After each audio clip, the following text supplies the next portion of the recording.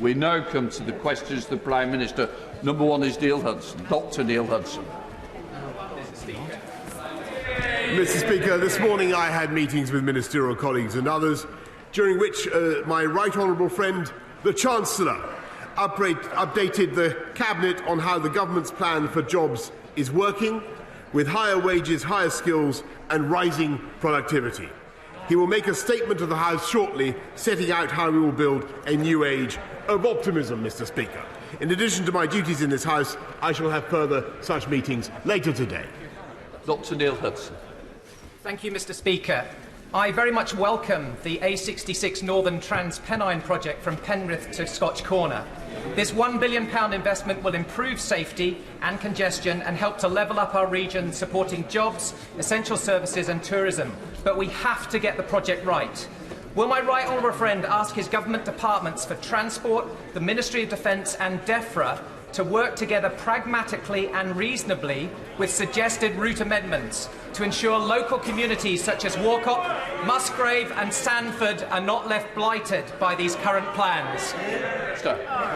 Mr. Speaker, he's right that the development that he refers to is part of an infrastructure revolution I think will transform the country, but he's also right that we should consider local feedback from stakeholders and the community when finalising the design, and so we will.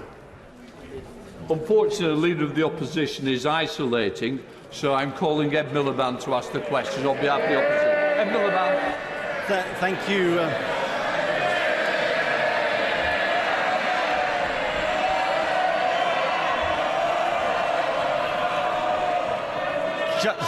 Just like the old days. Just to say, I presume you all want to get onto the budget, because all you're doing is delaying it. Ed Miliband. I just want to reassure both sides of the House it's one time only that I'm back. Mr. Speaker, we all need the vital COP26 summit in Glasgow to deliver next week, because failing to limit global warming to 1.5 degrees will have devastating consequences for our planet, and that is shared across this House. Does the Prime Minister agree that to keep that goal of 1.5 degrees alive, we need to roughly halve global emissions in this decisive decade? Well, I welcome the right honourable gentleman to his place, and indeed, I think the whole House will extend our sympathies to the Leader of the Opposition. I hope he returns soon. It is, of course, correct, Mr. Speaker, that COP26 is both unbelievably important for our planet, but also very difficult, and it's in the balance. Mr. Speaker, and he's right in what he says about the need to keep 1.5 degrees alive, and that will be, and it does depend on what happens this decade. It depends on the commitments that are made. All I will say, Mr. Speaker, is that already very substantial commitments under the UK presidency designate of COP have been achieved, and we've moved from only 30% of the global economy committed to a net zero by the middle of the century to now 80%. And every day as I talk to international leaders, we hear further commitments to make those solid commitments that the world will need. Whether it is enough, Mr. Speaker, I'm afraid it is too early to say. Ed Miliband. Mr. Speaker, I applaud the efforts of the UK presidency under the President-designate Starmer, but I do want to direct the Prime Minister's attention to the issue of this decade. I'll come to net zero targets for the middle of the century in a moment, but yesterday a very important report came out from the United Nations, which he will know, the UNEP emissions gap report. And on the eve of COP, it warned that far from halving global emissions this decade, we're only on course to reduce them by about 7.5%. Does the Prime Minister acknowledge, because this is crucial for what happens at Glasgow and after Glasgow, does the Prime Minister acknowledge how far away we are from the action required in this 10-year period? Prime Minister. Mr. Speaker, indeed I do, but I think what the House should also recognise is how far we have moved just in the space of a few years since the Paris COP summit of 2015, where, as I'm sure the right honourable gentleman will remember, the world agreed to net zero by 2100, by the end of the century, and agreed and agreed to try to restrain global warming by 4 degrees. We're now trying to keep alive the prospect of restricting that growth to 1.5 degrees. Every day, Mr. Speaker, countries are coming through with solid commitments on stopping the output of coal-fired power stations, reducing their use on internal combustion engines, planting millions of trees and investing hundreds of billions of pounds in the developing world. Those are solid commitments. Whether they're going to be enough, Mr. Speaker, I'm afraid it is still too early to say. Full commitments. I just correct the Prime Minister on one point. It was the second half of this century set out in Paris, not 2100 for net zero.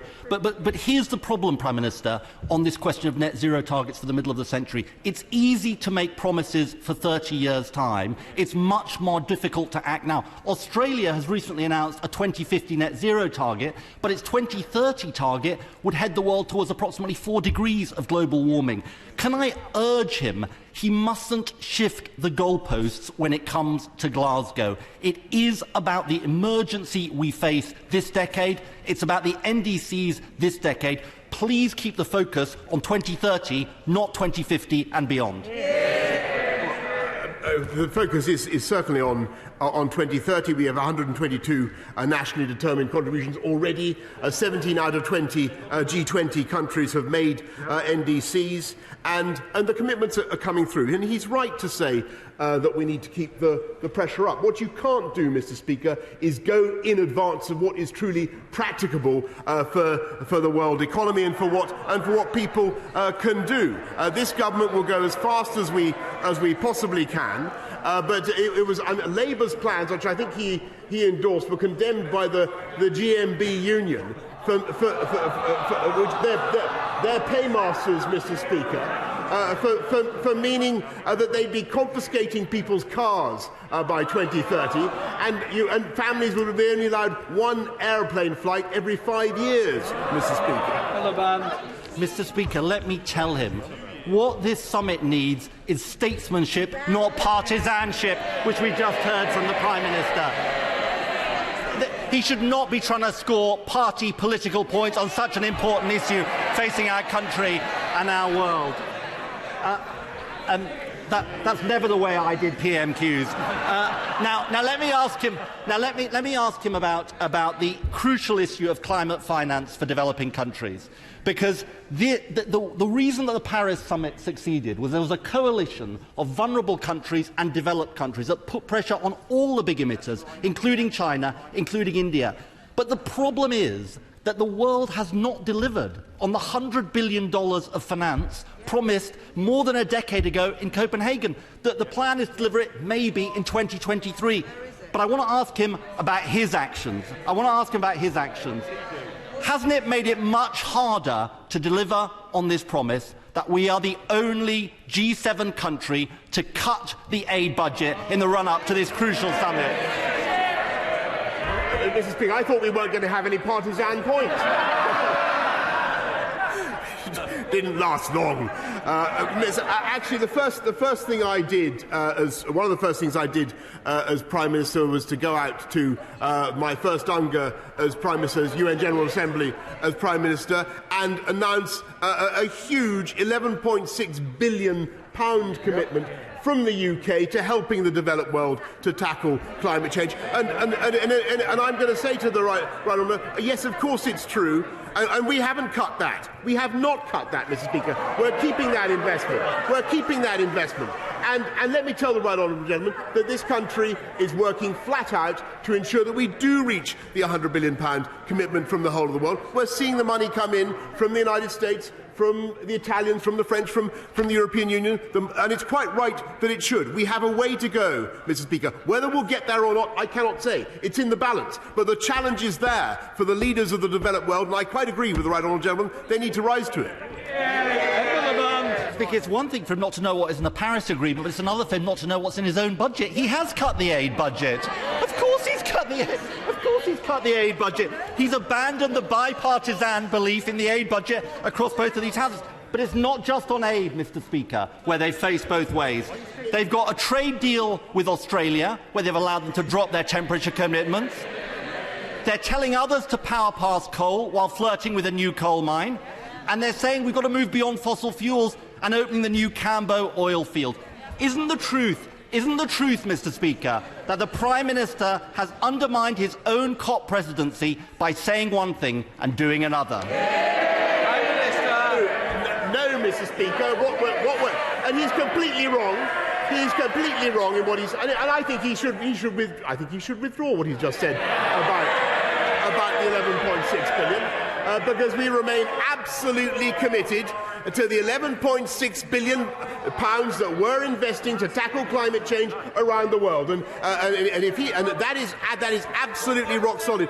And he talks about Australia, and I talked to the Prime Minister of Australia only recently, and Australia has just with great difficulty made the commitment to get to net zero by 2050. It's a great thing. And Mr. Speaker, I talked yesterday to our Indonesian friends, for instance, Joko Widodo, a good friend of this country, who's agreed on coal to bring forward the abolition of coal use in Indonesia to 2040, Mr. Speaker. A fantastic effort by the Indonesians. I talked to President Putin, I think it was yesterday, Mr. Speaker, and he confirmed his determination to get to net zero by the middle of the century. And that is what the UK is doing, working with countries around the world to get the outcome we want. It's still too early to say whether it will succeed, Mr. Speaker. It's in the balance. Ed Miliband. The thing the Prime Minister has underestimated throughout these last 2 years is COP26 is not a glorified photo opportunity. It is a fragile and complex negotiation. And the problem is boosterism. The Prime Minister's boosterism won't cut carbon emissions in half. Photo opportunities won't cut carbon emissions in half. Can I just say to the Prime Minister, in these final days before COP26, we need more than warm words. Above all, Glasgow has got to be a summit of climate delivery, not climate delay. Prime Minister. He talks about cutting CO2 in half. Well, that's virtually what this government has done, Mr. Speaker. Since 1990, we've cut CO2 by 44%, and the economy's grown by 78%. And that's our approach, Mr. Speaker. A sensible, pragmatic, conservative approach that cuts CO2, that tackles climate change, and that delivers high-wage, high-skilled jobs across this country. And our net zero plan, Mr. Speaker, will deliver 440,000 jobs. That's what the people of this country want to see, and that's what they're seeing. They're seeing wages up, they're seeing growth up, they're seeing productivity up under this government. And if we left it to the right honourable gentleman, the Leader of the Opposition, who is sadly not in his place, we would still be in lockdown. But it's a point that he might bring to his attention wherever he is currently self-isolated.